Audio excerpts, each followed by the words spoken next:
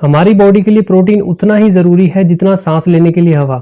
लेकिन क्या हमें प्रोटीन के लिए वाकई प्रोटीन पाउडर की ज़रूरत है? फिर चाहे वो मार्केट में सेल होने वाला प्लांट बेस्ड प्रोटीन पाउडर हो या मिल्क से बनने वाला वे प्रोटीन। जैसे हमारे घर को बनाने में छोटे छोटे ब्लॉक्स की ज़रूरत पड़ती है, वैसे ही हमारी बॉडी को बनाने में इन छोटी छोटी सेल्स की ज़रूरत पड़ती है। और प्रोटीन इन्हीं सेल्स को बनाने में बहुत बड़ा रोल प्ले करता है।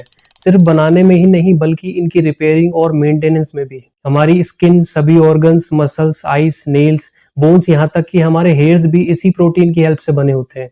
तो यहाँ साफ साफ दिखाई दे रहा है कि प्रोटीन हमारे लिए कितना ज़रूरी है।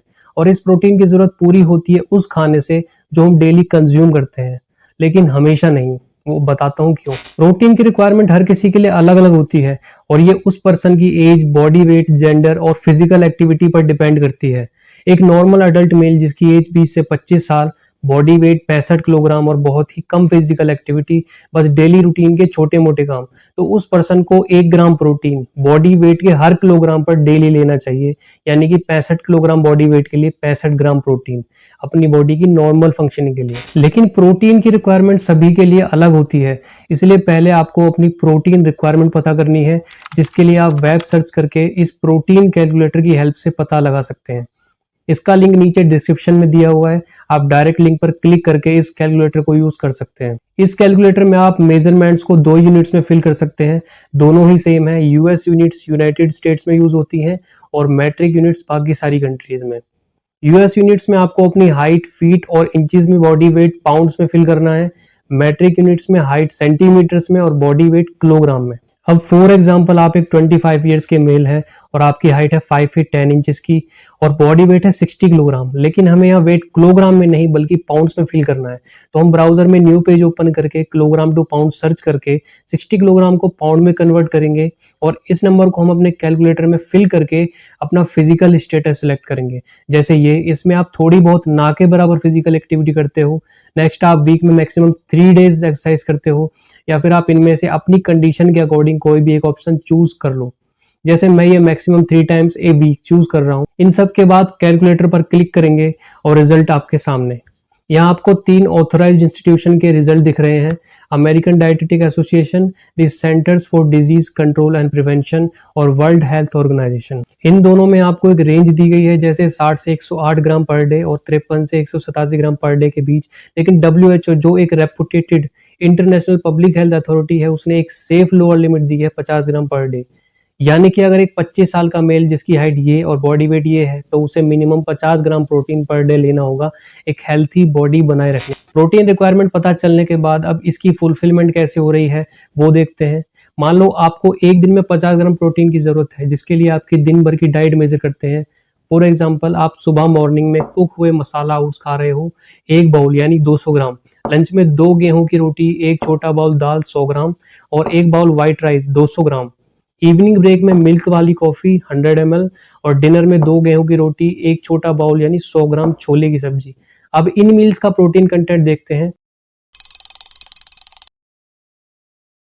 इन रीडिंग्स को आप वेब सर्च करके रीचेक भी कर सकते हो। इन रीडिंग्स को ऐड करने के बाद ये जो फाइनल नंबर आया है वो आपका इस डाइट से मिला प्रोटीन है, जो कि हमारी मिनिमम डेली रिक्वायरमेंट के अप्रोक्सीमेटली इक्वल है। लेकिन अगर आपकी फिजिकल एक्टिविटी, एज और बॉडी वेट इससे ज्यादा है तो डेफिनेटली आपको पर डे इससे ज्यादा प्रोटीन की रिक्वायरमेंट होगी। मान लो अगर आपको 50 ग्राम पर डे की जगह 100 ग्राम पर डे प्रोटीन चाहिए, तो आपको इसकी फुलफिलमेंट के लिए ज्यादा फूड कंज्यूम करना पड़ेगा।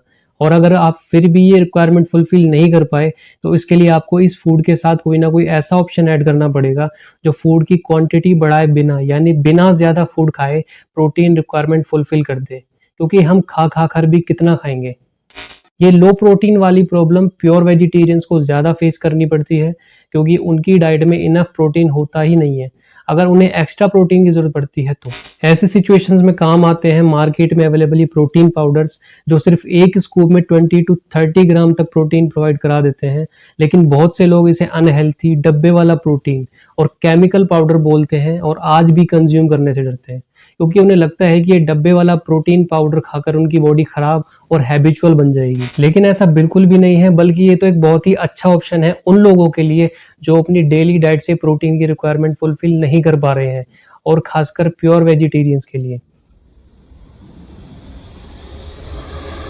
अगर आपने ये वीडियो यहाँ तक देखा है तो जाहिर सी बात है आप अपनी हेल्थ को लेकर सीरियस हो, और इसी डेडिकेशन की वजह से पर्सन अपने हेल्थ गोल जल्दी अचीव कर लेते हैं।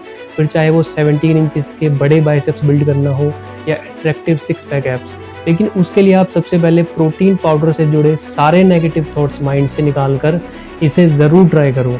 और ट्राई करने के लिए मैं आपको वे प्रोटीन सजेस्ट करूंगा जो कि मिल्क से बनता है। लेकिन बस इस बात का ध्यान रखना कि प्रोटीन पाउडर परचेज करते टाइम किसी अच्छे और रेपुटेड ब्रांड का ही परचेज करना, जिसके लेबल पर 25 से 30 ग्राम प्रोटीन पर स्कूप मेंशन है। अगर आप किसी लोकल केमिस्ट शॉप या रजिस्टर्ड फूड शॉप से प्रोटीन पाउडर परचेज करना चाहते हो तो किसी नोन और रेपुटेड शॉपकीपर से ही परचेज करना।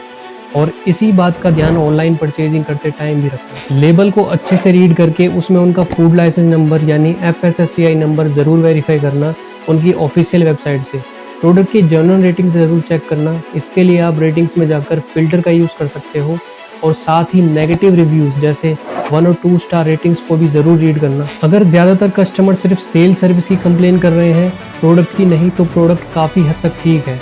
और अगर प्रोडक्ट्स के बारे में, उसकी मिक्सेबिलिटी के बारे में और उससे हुई किसी एलर्जी के बारे में कंप्लेन कर रहे हैं तो ऐसे प्रोडक्ट को परचेज़ ना करें और सस्ते प्रोटीन पाउडर के चक्कर में ना पड़ें, क्योंकि ज़्यादातर ब्रांड्स प्रोडक्ट की कॉस्ट कम करने के लिए इसमें लो क्वालिटी वाले प्रिजर्वेटिव और इंग्रेडिएंट्स यूज़ करते हैं जो आपकी बॉडी में साइड इफ़ेक्ट्स जैसे स्किन एलर्जी कॉज कर सकते हैं। और मैंने आपको वे प्रोटीन की सलाह इसलिए दी क्योंकि इसमें सभी एसेंशियल अमीनो एसिड्स होते हैं जो प्लांट बेस्ड प्रोटीन पाउडर में नहीं होते, और अगर होते भी हैं तो वो प्रोडक्ट्स थोड़े कॉस्टली होते हैं। आप प्लांट बेस्ड प्रोटीन पाउडर तभी चूज़ करें जब आपको वे प्रोटीन पाउडर या मिल्क प्रोडक्ट से कोई प्रॉब्लम हो, जैसे लैक्टोज इंटॉलरेंस या आपका कोई पर्सनल इशू। आई होप आपकी प्रोटीन पाउडर्स की कंफ्यूजन क्लियर हुई होगी। अगर हाँ तो आप कब से प्रोटीन पाउडर ट्राई करने वाले हैं कमेंट करके ज़रूर बताएं। मिलते हैं नेक्स्ट वीडियो में।